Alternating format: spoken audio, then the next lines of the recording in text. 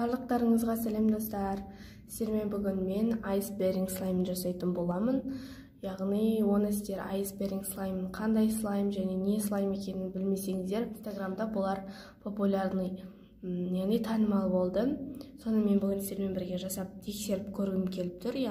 Мен осы айсберинг слаймды ютубтан көп көрген болатынмын, және де соның барлығын сіздермен бүгін жасағым келіп тұр.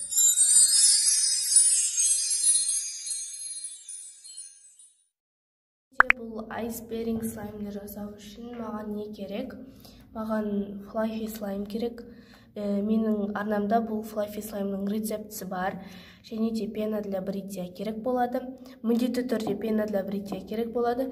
Және де кез келген бояғыш, мен осындай тағамдық көк түсті бояғышты алатын боламын. Ендеше бастаймын. Мен бұл слаймды бояп алатын боламын. Яғни бұл менің керемет слайм болып шықты. Менің арнамда рецептісі бар, қарап кетсеңіздер болады. Және де бүгін мен осы слаймды боятын боламын. Достар, және мынау не сары десеңіздер, мынаның сыртындағы сары, яғни бұл бояғыштардың арасынан шыққан. Ол жерде әртүрлі бояғыштар бар, менде соның тек қана сырты. Қазір мен осыған осы көк бояғышты құйып боятын боламын.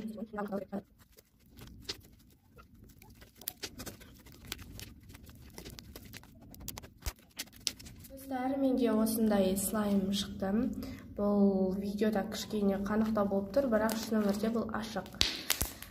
Яғни біз бұны бірінші орап аламыз, осылай бояп аламыз. Боямасаңыздар да болады, енді оны өздеріңіз қараңыздар. Мен бірақ бояп алдым. Енді осыны контейнеріне саламыз. Контейнеріне салып, пена для бритьяны қосатын боламыз. Жақсылап шайқаймыз пенаны.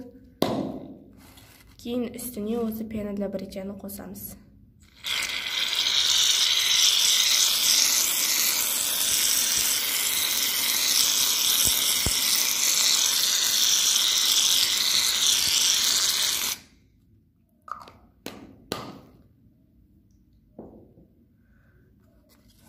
Достар, мінекей мен осылай пенаны қосып алдым. Жерге қазір крышкасын жауып көрсетейін, және де қолыма бермеңіздер, жаңа ғана мен осыны боядым. Сол кезде бұл бояғыш менің қолыма да жұқты. Енді осыны біз мінекей көріп тұрсыздар, қанша көлемде пена для бритьяны қосқанымды. Бұдан да аз қоссаңыздар болады. Және осыны 2 күн немесе 3 күнге осылай крышкасын жауып бір жерге алып қоясыздар. Яғни осылай алып қоясыздар. Сіздерге айтарым, пена для бритьяның любой түрін алсаңыздар болады. Менде осы глитте түрі. Бұл бітіп жатыр, неге екенін білмеймін. Тез бітіп қалып бұл менде. Енді жақында тағы жаңасын алуым керекпін. Енді осыны біз күтетін боламыз. Осы шығам дегенше айсберинг слаймды. 2 күн бойы тұрады. Бір жерде 2 күн бойы тұру керек. Достар, айтқанымдай біраз күн өтті, және де не болғанын қараңыздар. бұған бетіндегі пенасы, яғни осы жерде тұрған пенасы осылайынан түсіп кетті. Және бұл мүлдем ұқсамайды, яғни вообще қатып қалған ау дейтін. Мен ұстай алмай жатырмын. Бұлайынан алып көрейік. Достар, мынау реально қатып қалған кәдімгідей. Қараңыздар. Алып көрейін мен аны.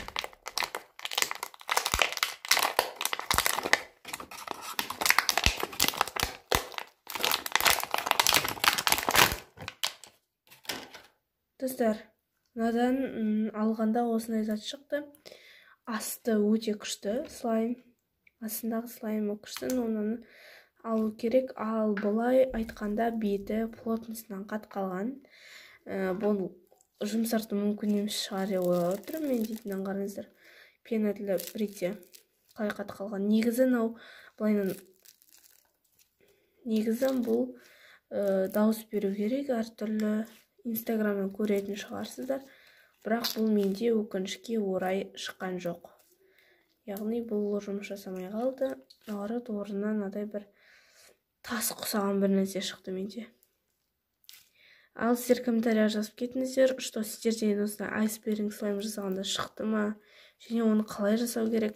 Мен қалай жасау керектігін бірінші жасап тұрғаннан кейін мен білмедім бұны қалай жасау керектігін, және менде қара тастай бір нәрсе шықты. Даже бұл кликовать етпейді. Вообще мынау ашылмайтынын қараңыздар. Вот. Еще нам затты майыстырып тастады ыдысты. Негізі мынадай керемет слайм. Бірақ бұл осындай слаймға айналды. Демек бұл вообще бұл менің жасаған рецебім. Бұл вообще келмейді деген сөз. Демек комментарийға жазып кетіңіздер, айсберг слаймы қалай жасалынады. Мен оны бірақ та жасай алған жоқпын.